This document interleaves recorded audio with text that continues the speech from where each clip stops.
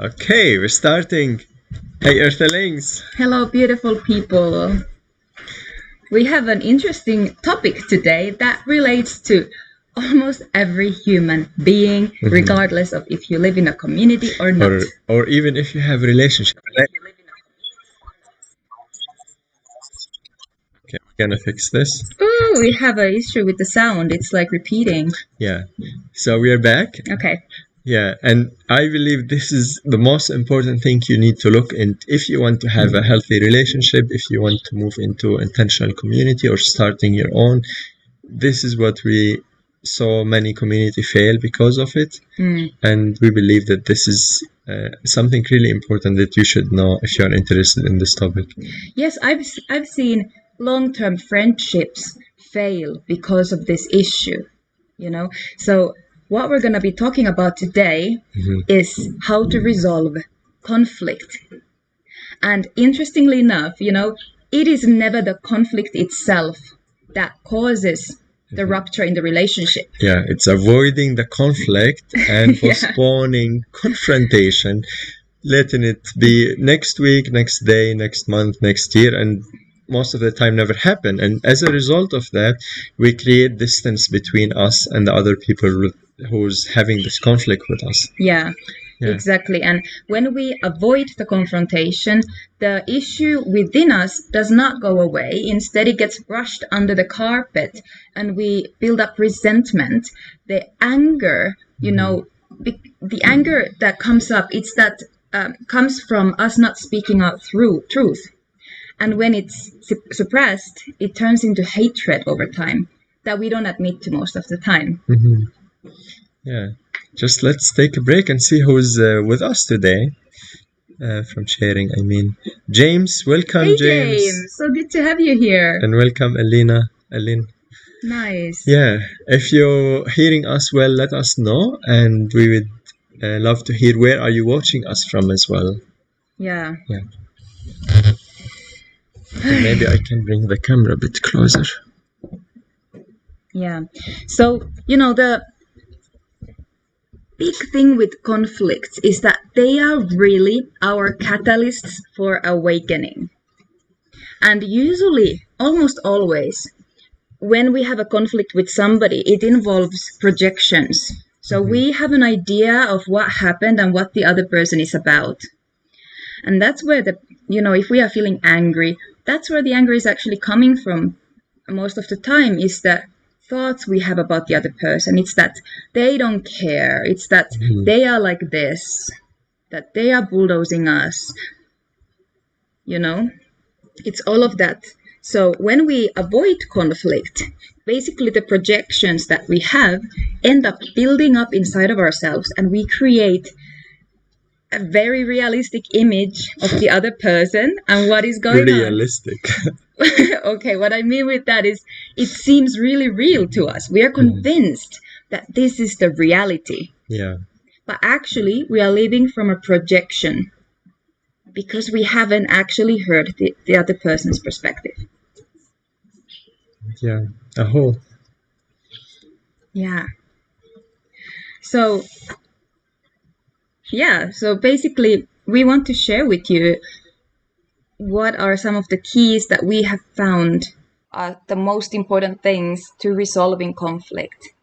What we need to do in a community or in any relationship for that matter to be able to thrive. To use that conflict as a catalyst for your spiritual evolution and to get into deeper levels of intimacy, because as long as we avoid that confrontation, we will be far from each other. Because we're not seeing each other's perspective and we're not bringing our truth forward. Well said. Shall we go to the point we want to talk about? I'm the one who's prepared. He's looking at my notes. She's very good at homework.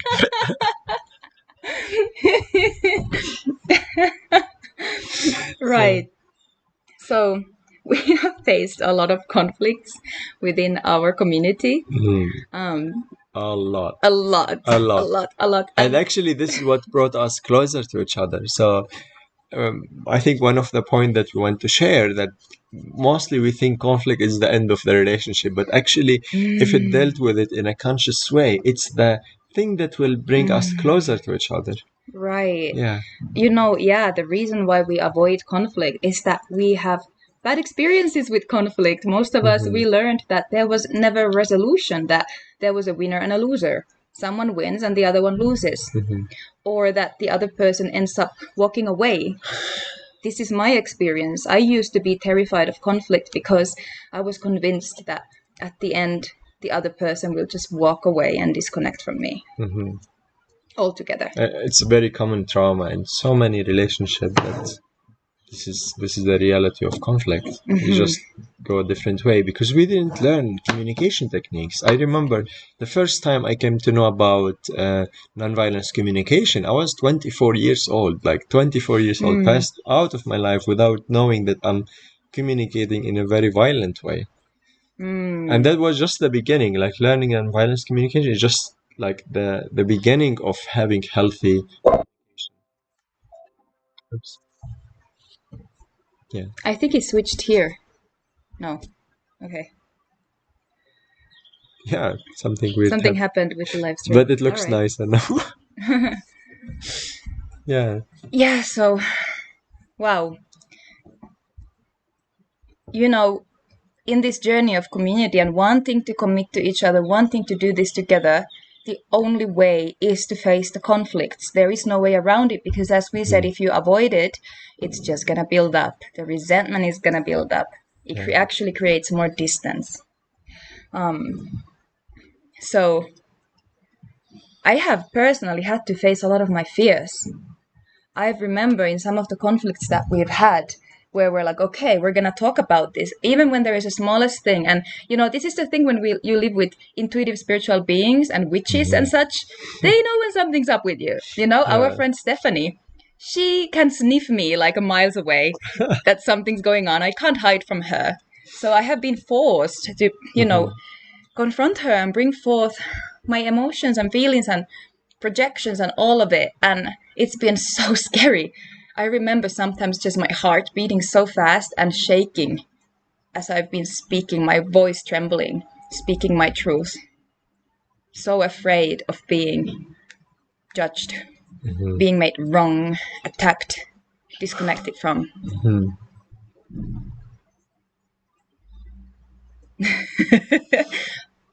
How has it been for you? Oh my God, where to start? I remember like every time we had like at our previous community in Tenerife in Spain, we had a day where we meet and share what's holding us back from connection, and we call it conflict resolution meeting. And I feel like nervous every time before coming to this meeting because there was always this fear of like, oh, we're gonna break up, the community gonna break apart. And surprisingly enough, as I shared before, there was always closer, like we're getting closer to each other.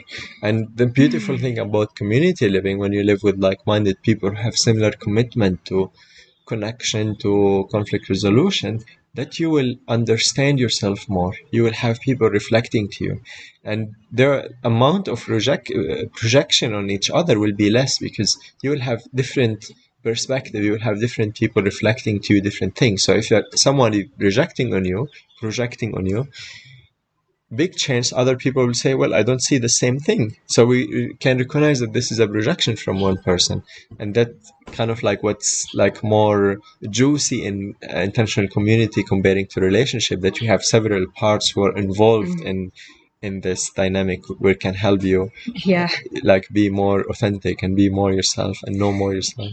Guys, community is all about growth and evolution, and if you don't want to grow or change or evolve, you have to try to hide yourself and you have to try to avoid conflict, and that's not gonna work.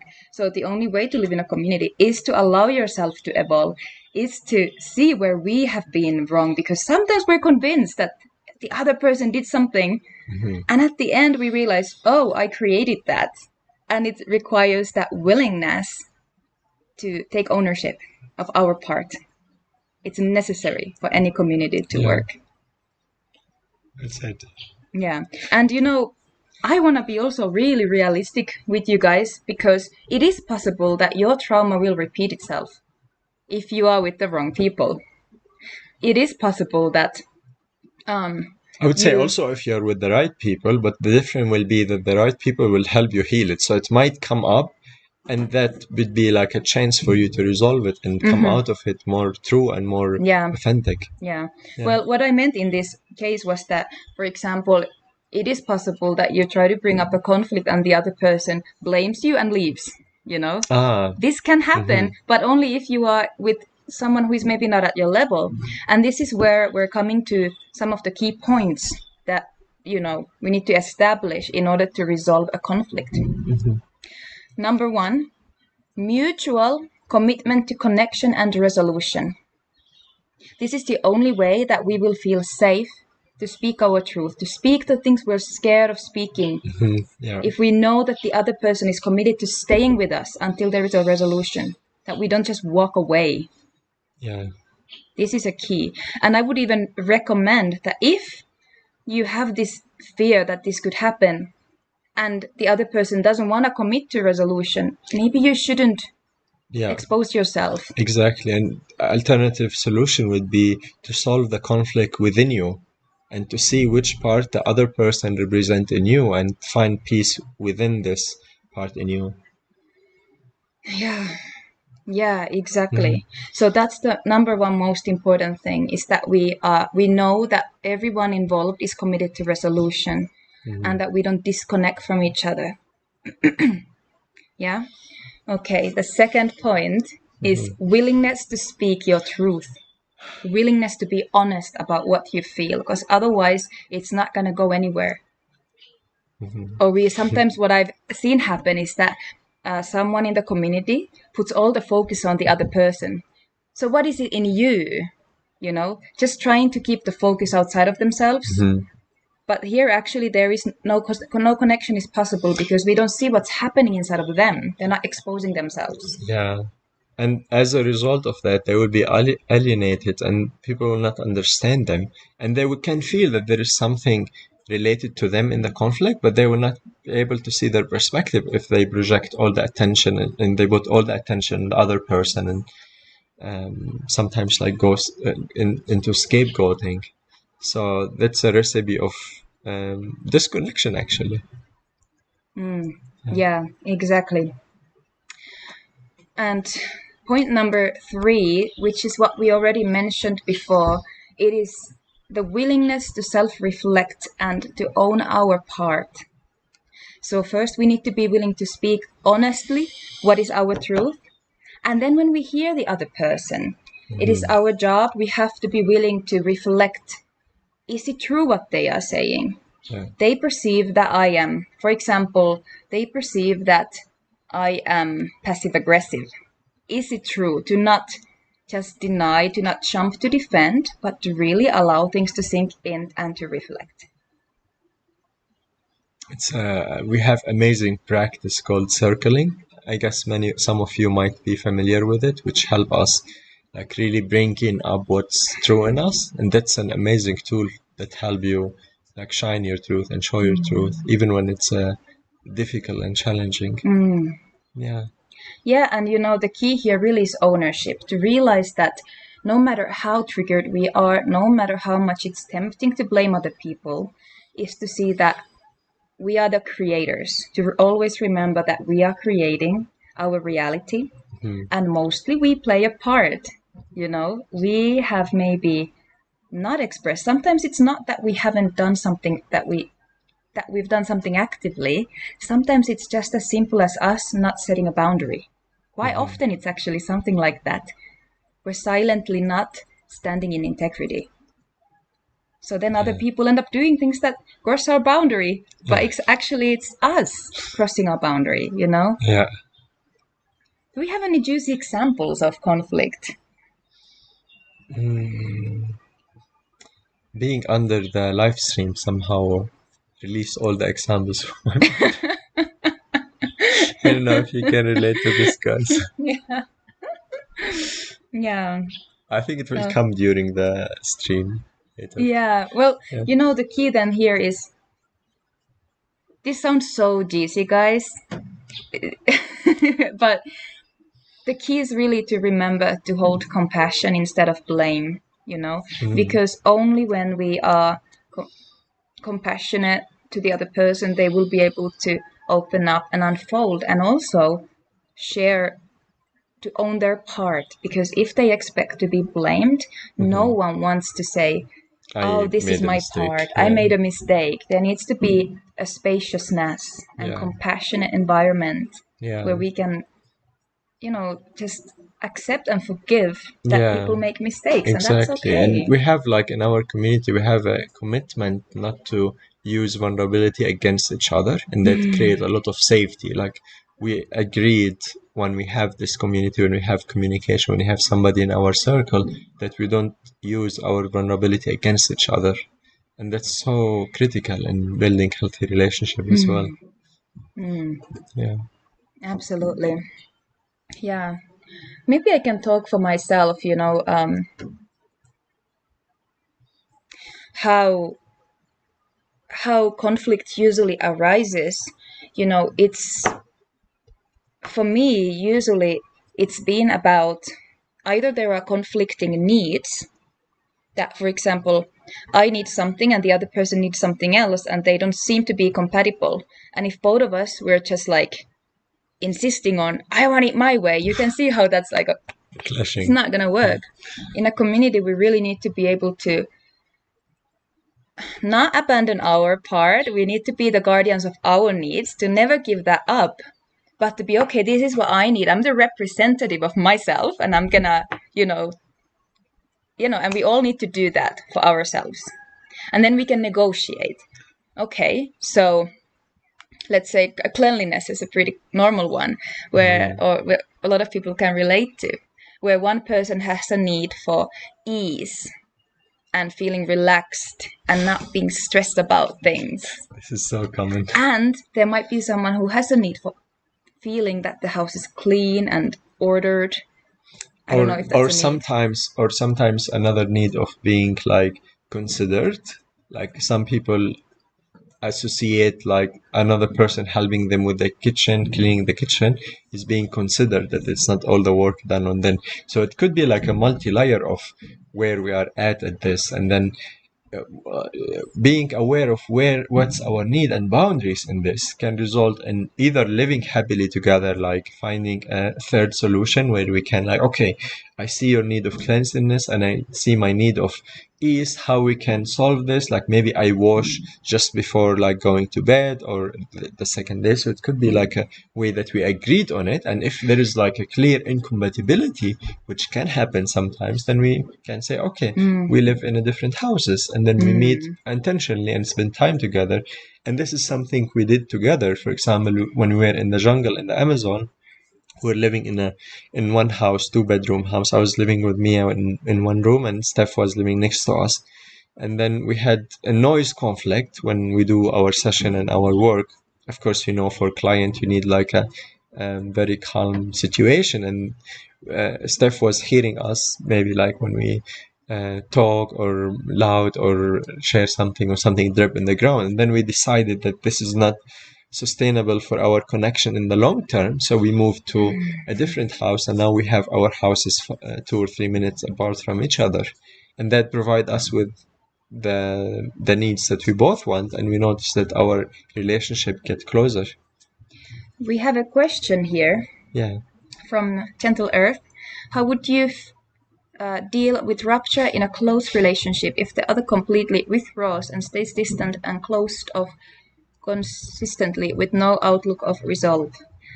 That is such a painful situation. First of all, I've been there with my ex, with whom I was for 6 years, and as I wanted to separate from the romantic relationship, he did just that, blocked me completely, withdrew, closed off.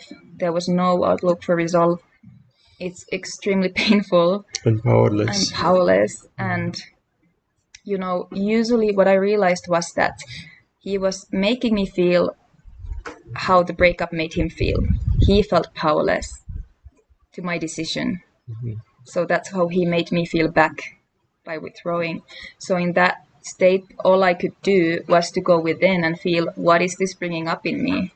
Because I couldn't. He has free will, and I will feel more and more powerless the more I will try, because he can keep withholding himself, and the more I try, the more desperate and powerless I feel. Yeah. So all I could do was, okay, I'm just gonna go within and feel what comes up in me. And there was a lot of grief, a lot of pain and grief that I had to sit with. Yeah. I hope that answers your question. You can let us know if it doesn't.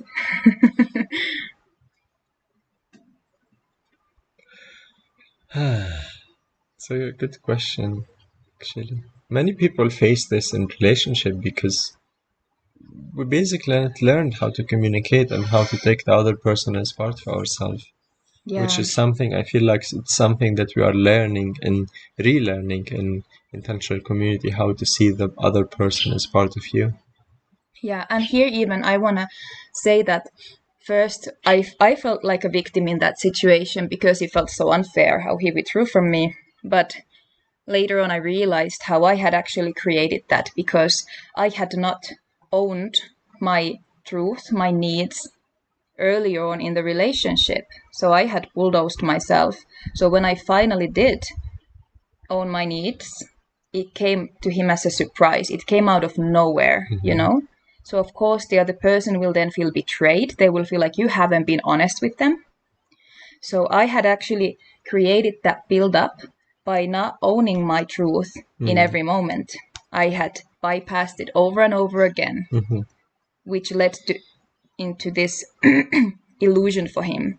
He was under an illusion that everything is okay, when actually it wasn't, because I wasn't acknowledging things. Yeah. Yeah, so maybe it's an invitation also for all of us to reflect when we are not honest in relationship and what's our truth. Yes. Yeah. And this is the challenge of relationship, guys. It's very easy to live by yourself and not, be confronted with anything. But when you're with people, you're going to get your mirrors constantly. And that's the beauty of it. When we're able to work through it and see the reflection, why am I manifesting this? Why am I creating this? This is the new earth, new earthlings. If you're in a conflict, I think that will be really helpful if you can ask yourself, rather than like holding up from blaming the other person or projecting, but asking, how am I creating this? What is my lesson here? What am I meant to learn? Yeah. Do you want to share more points? I think that's pretty much everything that I wanted to share with you guys today. Do you have more questions? Gentle Earth is saying, that's what I've been doing the past months. It's been painful, yes. It happened as a response of me opening up with a very vulnerable part of me. I felt really safe in the relationship before. It was a real big shock. That sounds like a trauma repeating itself. Yeah. And here, I think the healing experience might be to just, or like to get out of that trauma, to feel through the pain, which you say you have been doing, and instead of now hiding that part again, saying, you know what, I'm gonna own this part anyway. I'm gonna own this vulnerable part of me anyways. Even if other people reject it, I won't. Yeah. Radical self-love. Yes. Okay, if you have more questions, write us and we are happy to answer your wholeness. The magic of Greek. Thank you for sharing and being with us. Yeah, thank you. Maybe we can take a few more minutes to answer any questions. And let us know if you live already in community or if it's something that you want to move on for, like if you're looking for intentional community to move in, or if you are fulfilled living on your own or with your partner.